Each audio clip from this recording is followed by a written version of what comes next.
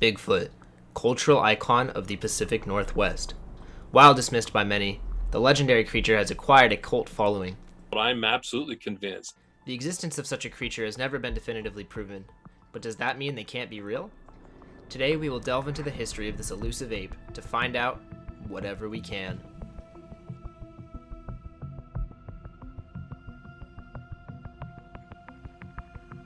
The word Sasquatch is an adaptation of a Coast Salish word meaning wild man. Sasquatch has been documented in Native American mythology and folklore heavily, along with other similar figures from different cultures around the Pacific Northwest. These wild, man-like monsters are generally regarded as threatening forces that should be feared. Similar stories of these ape-like creatures have been present for thousands of years in cultures all around the world. Additionally, there have been sightings of large, unidentified humanoids on nearly every continent. I mean, the attitude simply is, it can't exist, therefore it doesn't exist. Usually depicted as tall, imposing beings, Bigfoot reports consistently describe them as being 6 to 9 feet tall, covered in a dark brown hair, and reeking of rotten flesh. Believed to live solitary lives, Bigfoot are rarely sighted. Males are thought to dominate a wide area, which would explain why they are so spread out. Generally, Bigfoot are not hostile and should not be considered a threat to humans. Most of this knowledge is speculative, as observations have not been consistent.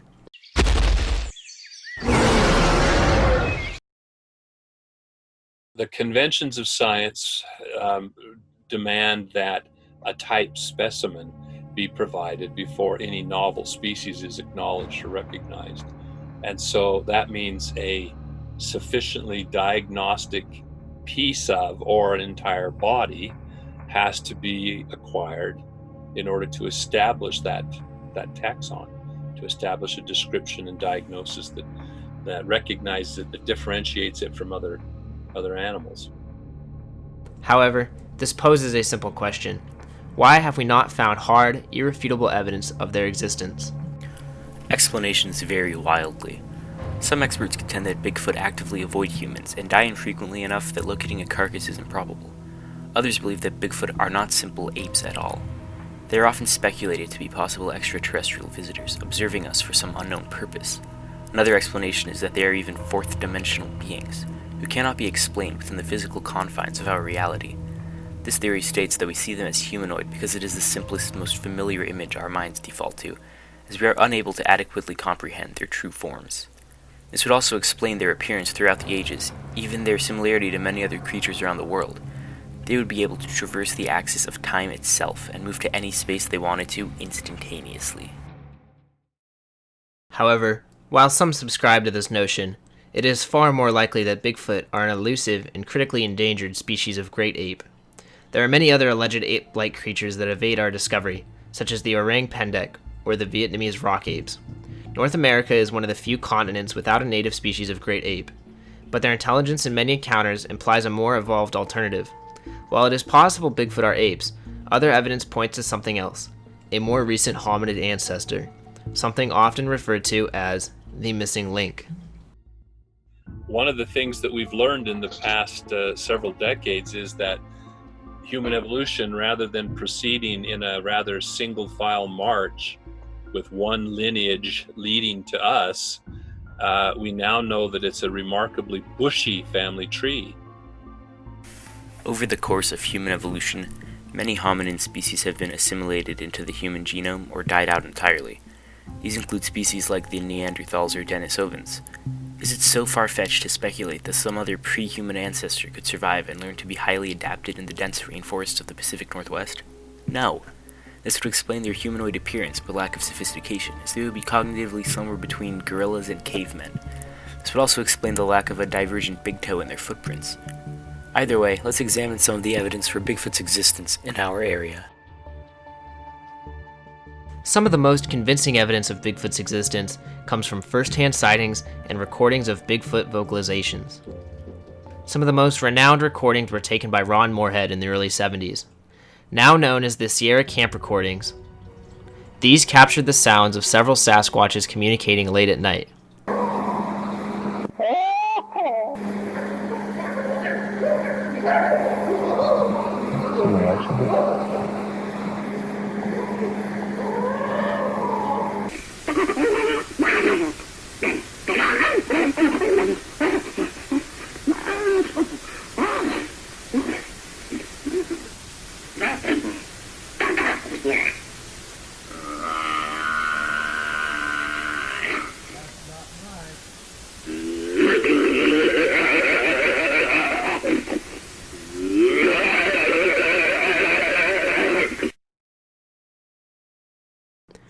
These, along with other recordings, such as those from Alert Bay, indicate a more complex communication system. Studies have been done on these recordings, and they concluded that it is unlikely to be a hoax. Additionally, linguistics experts say that they do show evidence of a developed language. Bigfoot sightings have been reported all throughout Washington state, including our home area of Woodinville, Washington. One reported sighting is from 1974, in which a Woodinville resident encounters a Sasquatch walking through his yard. I looked up the hillside 20 feet up and 40 to 50 yards away, where I saw a creature 8 feet tall walking upright at an angle going up the hillside. It was big. I yelled at my friend. It turned and looked at us. I was terribly scared, as was my friend. I only saw it for about 5 or 10 seconds, but I know what I saw. It was big and walking upright. It looked like the Bigfoot from the Patterson-Gimlin film, honestly. I recall it being black or dark brown with short to medium hair. 2 more occurred mere miles away. In Duval, one reports his sighting was near Paradise Lake Road. These are all first-hand eyewitness accounts and have been confirmed with Bigfoot experts from the Bigfoot Field Research Organization. These sightings give us evidence that Bigfoot is here, right under our noses. However, there have not been any reported sightings in this area for a while. This could easily be due to the increased development of the region, causing habitat loss for Sasquatches, as well as the increased number of humans driving them away. With this information in mind, we had to consult with a Bigfoot expert, someone who has decades of research and experience, to give us further insight into this subject. Do you want to introduce yourself and your experience working with Bigfoot or in the field? Well, I'm Dr. Jeff Meldrum. I'm a professor of anatomy and anthropology at Idaho State University, where I teach human gross anatomy in the health professions programs. I research the evolution of human bipedalism and vertebrate, especially primate functional morphology. That's sort of the focus that served as the nexus for my interest in Sasquatch. And so it was that, the notion that there might actually be another bipedal hominin still on the planet. What an interesting discovery that would be. What an interesting natural experiment of comparison and contrast with our own condition.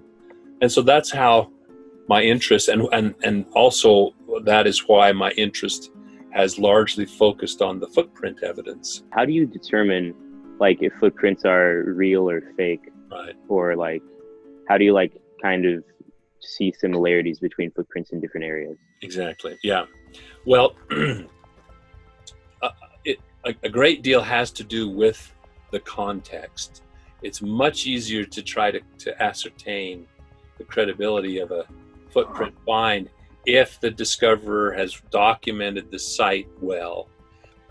There aren't a lot of surfaces out there, with the exception of dusty, Forest Service or logging roads or stream banks, sandbars and such, where there's enough soft substrate to take a footprint and hold the detail. If that detail is present, then we're looking for several things. Obviously, we're looking for a footprint that's bigger than human on average. Now, obviously, they're not born big, so there's going to be some smaller ones, and I have a whole size range from fairly large, substantial samples of what I think are credible examples. If you plot, breadth to length ratios on a bivariate plot, humans and Sasquatch separate out quite distinctly. Even if you scale them so that they're as ratios, so that they're dimensionless, the Sasquatch are distinct because their feet are so much broader, which is a function of their mass, their large size. And so for the foot sole, the plantar surface of the foot, to kind of keep pace with this increasing body mass, they have to be disproportionately wide and have more contact with the ground. All around the world, you've got Yeti, Yowie, Bigfoot, Sasquatch, skunk ape, right? There's sightings all over the world. Do you believe these are different subspecies of the same overarching species, or would they be different species of great ape? I think they're different species of great ape, or even hominin, members of our immediate family. one of the things that we've learned in the past several decades is that human evolution, rather than proceeding in a rather single file march with one lineage leading to us, we now know that it's a remarkably bushy family tree. Just to wrap it up, Okay. is there anything else you think we should know about Bigfoot? Oh, gee, let's see. I think we touched on a lot of the significant aspects. Your questions were good and they covered quite a broad spectrum of both the science and the cultural aspects, the societal aspects that influence the search for research into these types of questions. I mean, a lot of times people are so focused on their own research and are so conservative in their approach to science that they don't allow for the possibility that there are things like this out there. All right, well, thanks. It's been my pleasure to chat with you. And thanks. The thoughtful questions. Thank you so much. Okay, good luck with your project. Thank you. Good luck with your search. Thank you.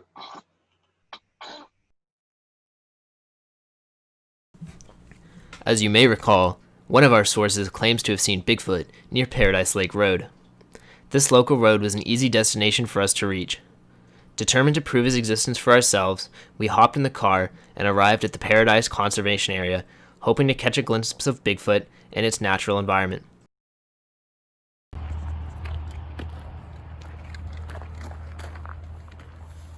All right, we're getting ready to go in for the big hunt. Welcome to day one of the Bigfoot hunt. We've got safety beef jerky. I mean, as professionals, we have to be ready for anything. Yeah, we've I mean, also we got got a trunk full a of... life jacket in case we have to cross a Case body we have of to- water. Safety is key, as always. And that's about it. Just our wits about All right, us. let's go. All right. All right, so we're right here off Paradise Lake. You can hear the cars. This Yeah. is where the Bigfoot sighting was reported. Paradise Lake was the closest area. This is the closest Bigfoot sighting. So this conservation area, which has been, there's not a whole lot of people coming in, would be the ideal location for a Bigfoot. So as you can see, we are going into the wetland plateau. If you remember from our sighting that we saw online from the report, Bigfoot actually came out of the swamp. Out of the wetlands. Out of the wetlands swamp. into the guy's yard. So this is a little hard to see. It's off the trailer. You can see there's a semicircle there in the stick. Sticks do not do that naturally. It had to have been bent in that position. So as you can see, we're in a berry patch here. Now it looks like something has picked off. You can see right there. It's picked off a berry. And all along this whole bush, you can see there's not a whole lot of berries. So a rule of being in the forest is you should not eat berries from a berry patch because you don't unless know. you know the land. And I don't know the land. No, we don't. This is not our land. This is Bigfoot this is territory. Bigfoot land. So Yeah. if he's been eating these berries, then I mean we're close. I can yeah. almost smell it. Yeah. Bigfoot is pointing us in the right We're direction. just on the path. He's trying to mark his territory with another arced branch going over. Yeah. And a tree this big is not something people can usually bend into this shape. This is a question for the scientists of our generation: is what do these communicate? So as we continued along the path into the wetlands, we can see right here 2 more concentric arcing sticks. This one's broken off halfway. Now I don't know if that's intentional. It could definitely mean something in Bigfoot markings in like their... Yeah, I'm not. We'll have to consult our. I'm not certain, but you can definitely see how they line up almost perfectly there. They And that's do. not something that occurs naturally. You see Bigfoot? One more tree, just like that, Damn. right over the trail. And if you can see, you'll notice that these bent trees in semicircles, look, there's another one right there. They actually only go right over the They only go trail. that way. Okay, we're moving into the next phase of our operation. Right now, we're looking for a stick that we can hit trees with. Because Bigfeet are actually known to be attracted to the sound of a stick hitting a tree. They use it to communicate with each other across great distances. All right, so we found a suitable spot. It's open, the sound will travel well. Found a good stick in a big tree, and we're gonna give it a go. Okay, so there are 2 of us. So we do 2 whacks.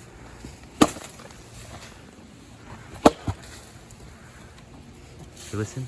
Now we wait. Wait, try a Bigfoot call. That's not a bad idea. Oh, okay. Let's get ready.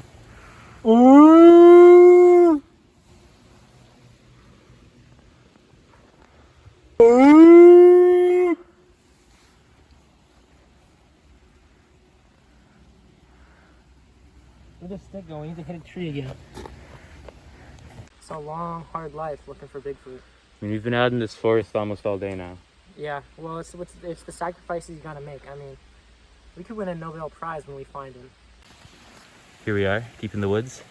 2 more concentric tree circles. Once again, I'm 6'5", for those who aren't paying attention, and I can barely. So you can see how an 8-foot or 9-foot tall creature could be able to bend those down. Only an 8-foot tall creature could do it.